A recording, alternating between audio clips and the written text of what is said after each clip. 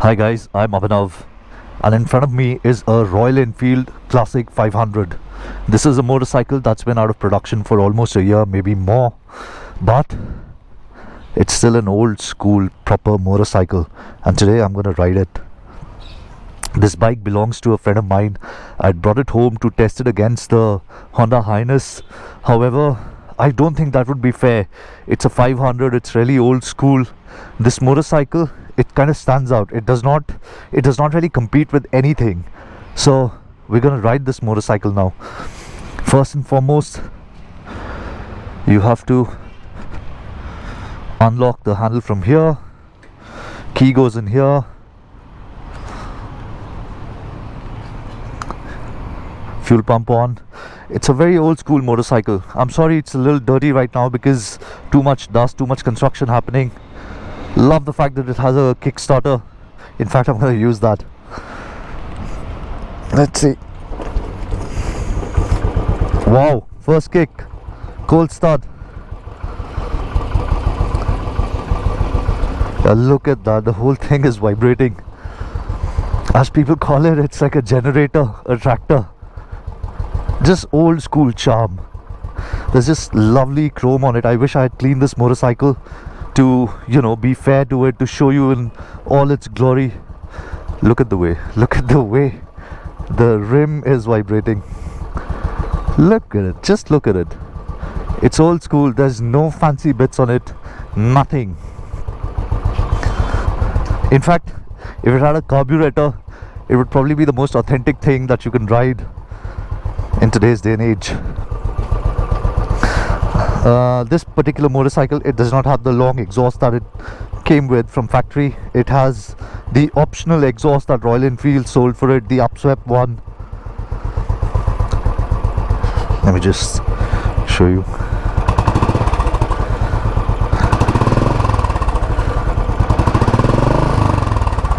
It's nice. Beautiful brown seats, split seats. Let's get on the motorcycle.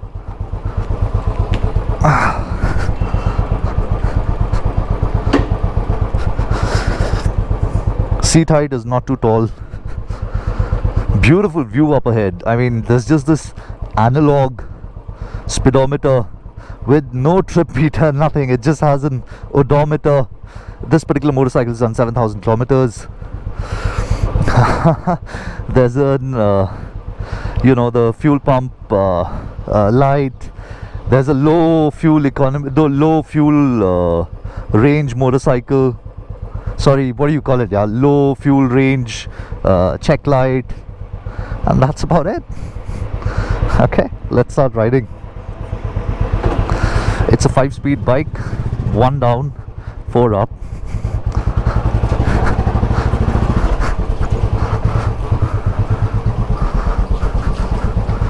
And it just rides without any throttle input. There is just so much torque on offer.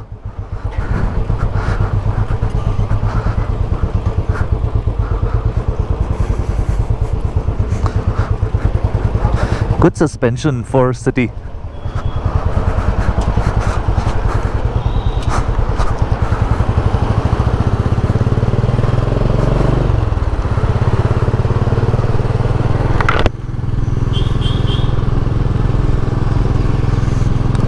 Let's go.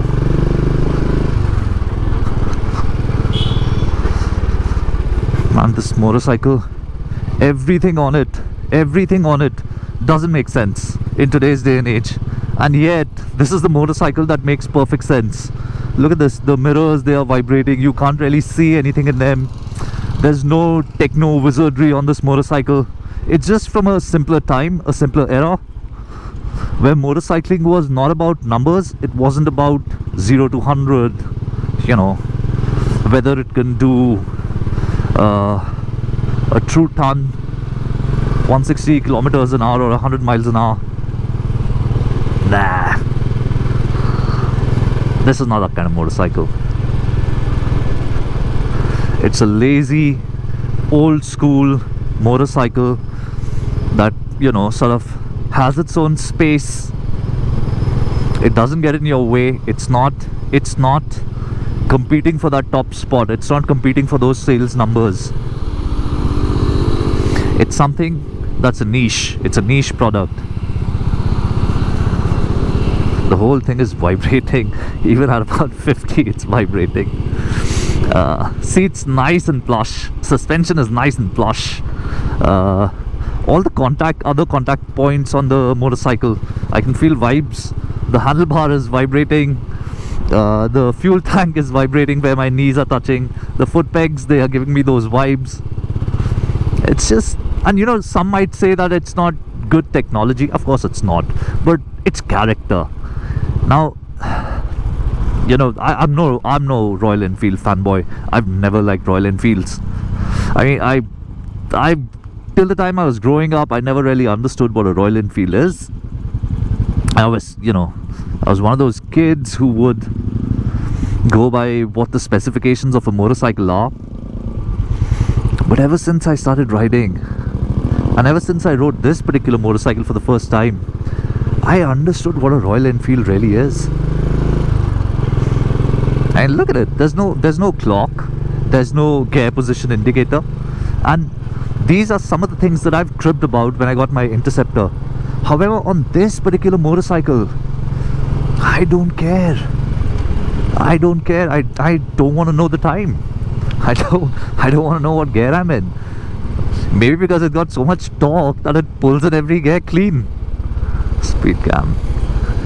So I'm in the 5th, and I'll see if, you know, we can be slow and then we can just pull from a low gear. So I'm doing 40.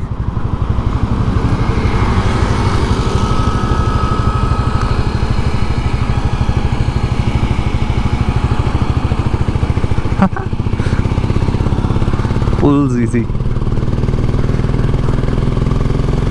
Bloody vibrating like anything, but oh, look at it, look at the way it pulls in 5th. Just love this torque monster. So I've been riding the Honda Highness for about, you know, a week, 10 days. I was my uncle's motorcycle. I was reviewing it, shooting videos. That motorcycle can do it all. That motorcycle can do it all. It doesn't have character. It just doesn't have character. This motorcycle, I mean, it can do nothing that the Honda can do. Okay, the Honda is fuel efficient. This probably is not. This will probably give 20-25 kilometers to a liter. Honda will cruise smoothly at 100-110. This will vibrate like hell at 100-110. Honda has better brakes. This has okay brakes. Honda has better tires. Everything, you know, the Honda is it's gonna be a good city bike.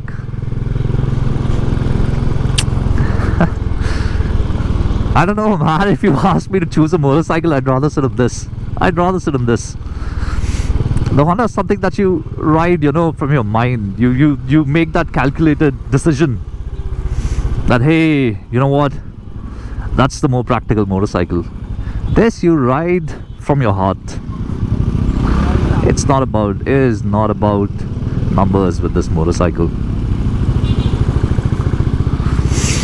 It feels like it's a locomotive engine that's pulling you. Just so much torque. I don't know, man. It almost so this motorcycle, Royal Enfield doesn't make it anymore because obviously there wasn't much demand for it. I don't think this can be a serious enough motorcycle to be your primary motorcycle if you sort of do all kinds of riding, city, touring, etc, etc. You might want a more practical motorcycle, but as a secondary motorcycle or a third motorcycle or even a fourth motorcycle in your garage, this is just fun. You know, eventually the vibes which feel like character, the low down torque which feels like so much character, eventually they will get to you and it will start to bother you. You would wish for a probably, you know, slightly more refined motorcycle, but till that moment hits, I don't think you'd be able to find a better motorcycle than this one. It hits false neutrals. Neutral can be a little difficult to find, but it's pretty much spot on. You know, it's like I don't know if you guys, you know, if somebody's a Sunny Deol fan, it's like a Sunny Deol. It'll do its own thing.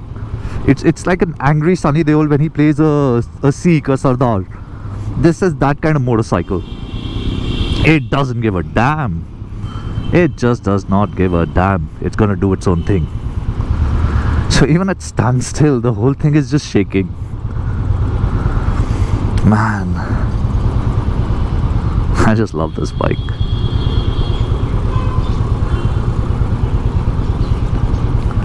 It's probably not practical, but I understand why this motorcycle exists, or at least existed.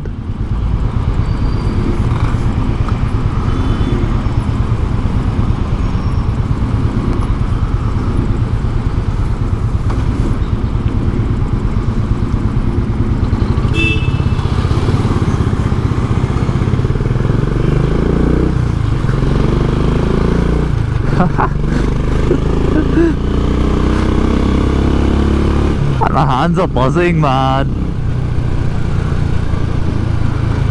I get to 80 relatively fast.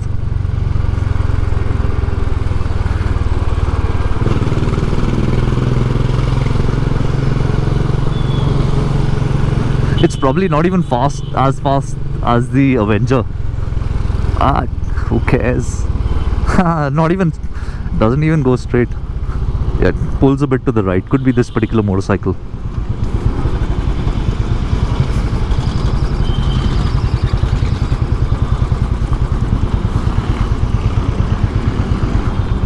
Yeah, neutral. This time I was able to find it easily. I like the riding position. I'm not hunched over like most motorcycles. Natural, neutral, all day riding position. You know, you ride this motorcycle, you'll fall in love with it. Anybody who rides this motorcycle, I believe, will sort of appreciate it for what it is. It's true to itself, you know. It still feels like an old school 60s, 70s, 80s motorcycle. In fact, you know, I would say it's like a Lamborghini. I'll tell you why. It's not exotic, but while the whole world would you know, downscale their engine sizes, go to you know, turbo engines, inline fours for fuel economy, Lamborghini would go out and put a V12 in, a naturally aspirated V12. It's like, you know, a big fuck you to the world. I'm gonna do things my own way. And that's what I love about this motorcycle. Too bad it doesn't you know, exist anymore. But man,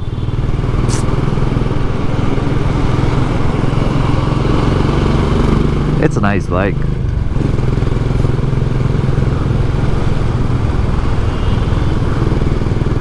What I like about this motorcycle is, if you're into the lazy kind of riding style, where you just soak in the scenery around you. Definitely not here, it's just a bloody stupid concrete jungle. But if you just soak in if you like soaking in the scenery around you on a highway, 60, 70, 80, it's the motorcycle that gets you those feels.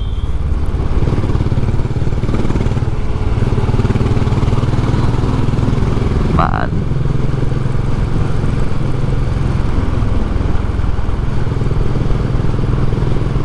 it almost feels as if I'm talking like a fanboy. And guys, I'm not. I don't care about any manufacturer at all. I have a few motorcycles from, you know, different manufacturers, and I don't owe allegiance to any one of them. And this is a motorcycle that, you know, sort of commands respect on the road.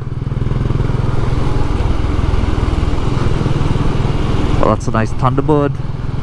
I think it's that X model, I'm not sure. Today the Meteor is launching.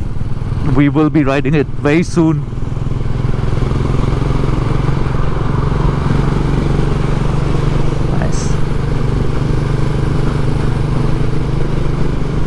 Man, even my knees are vibrating.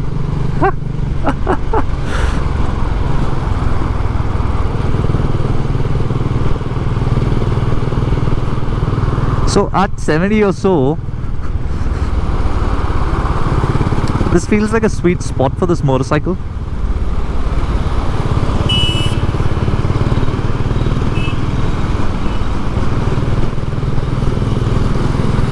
There's just torque everywhere, man. This engine is a long stroke engine. It doesn't rev very high. It doesn't have to. It makes a lot of torque. Maybe I'm not sure, but I think it makes over 40 Newton meters of torque, maybe 42.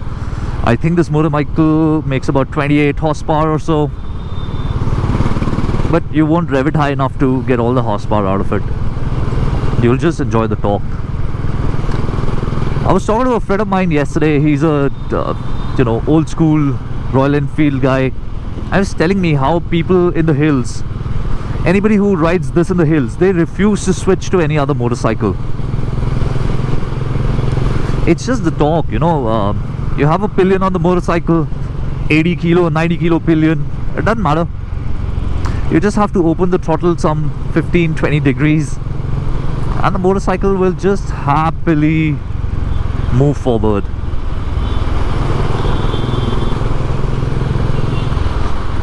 It's not about practicality always.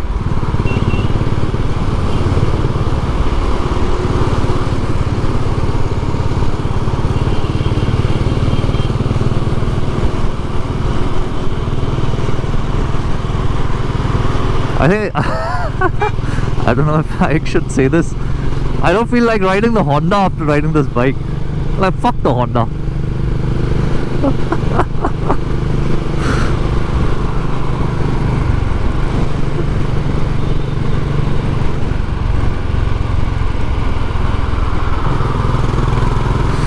It's just an old school burlesque motorcycle. Riding it makes it feel like I've got chest hair growing right now. That's fucking crazy.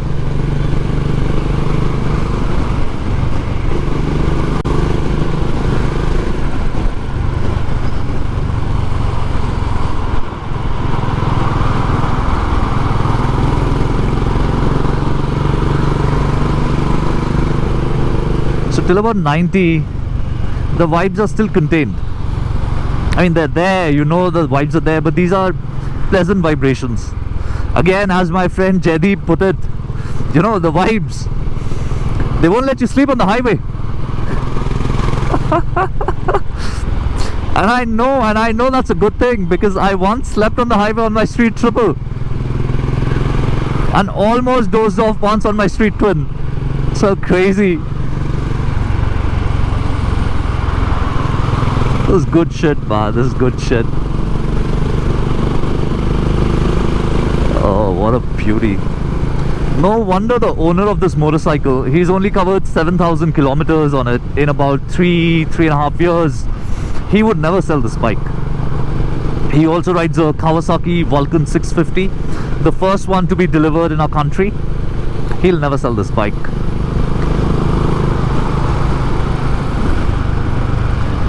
If I get I'll tell you something.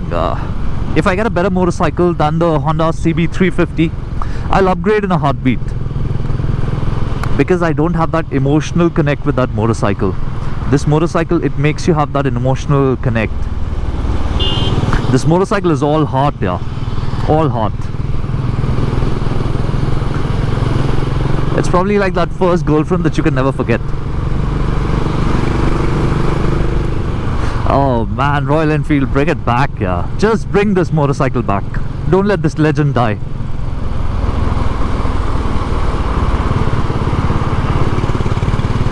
And it doesn't even just make it BS6 compliant and get it back in limited production.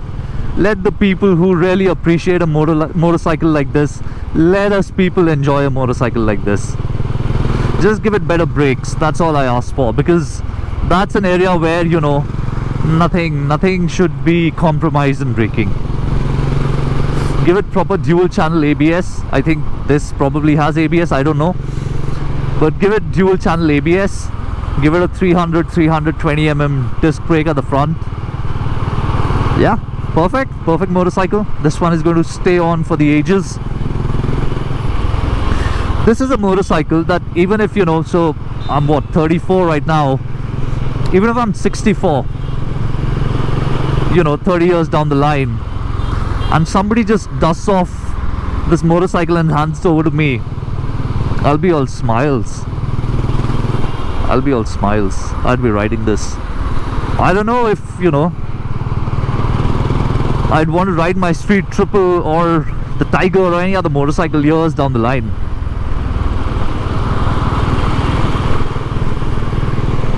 Something about this bike. I feel I can even tour on this bike.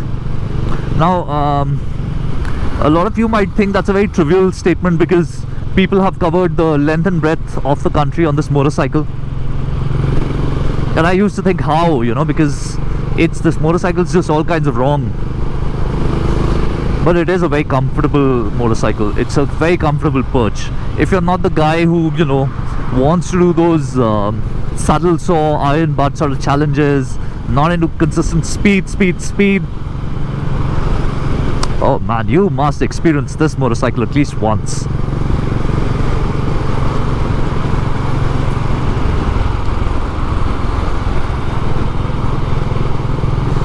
You know guys, I always say there is no bad motorcycle. They're all different in their own way. And this is the most different motorcycle. In fact, in ways, this is the best motorcycle. Just the best motorcycle. So I'll tell you a very bro science tip about this motorcycle. I was once riding with my friend Ankur, and we were down on this road, and I asked Ankur, you didn't feel the vibes? And he's like, I didn't feel any vibes. And I said, how is that? He said, you take this motorcycle to 125, 130, it's gonna vibrate so bad that when you come back to 90 and start cruising there, you'd feel you're on the smoothest motorcycle.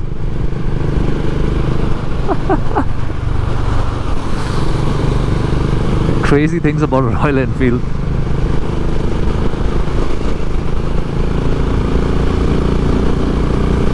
And he was right, it's vibrating. I have a feeling that Royal Enfield might, I don't know, maybe they should bring it back. They probably won't, because in terms of pricing it sits very close to the Interceptor, probably about a 50,000 rupee gap, and anybody who will make that logical decision will upgrade to the Interceptor. It's a 650 parallel twin, doesn't vibrate, it's a modern motorcycle. It's what you expect from a motorcycle in today's day and age.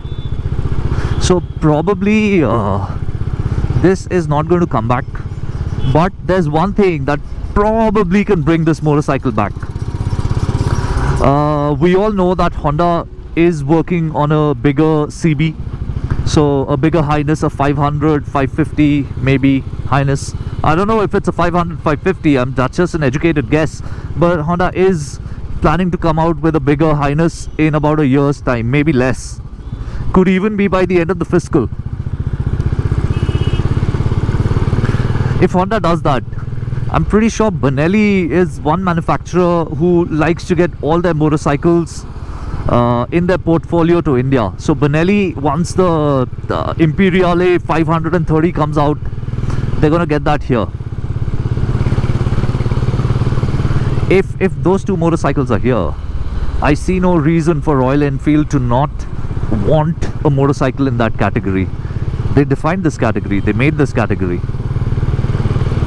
It would be extremely unfair to the purists, the enthusiasts, to not have a Royal Enfield compete in that segment. Oh, man. Everything about this motorcycle sort of screams authentic. Every little thing.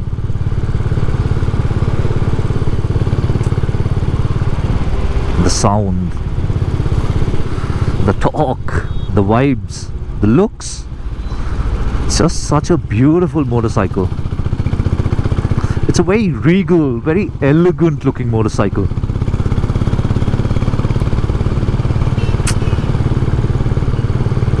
I don't know what to say.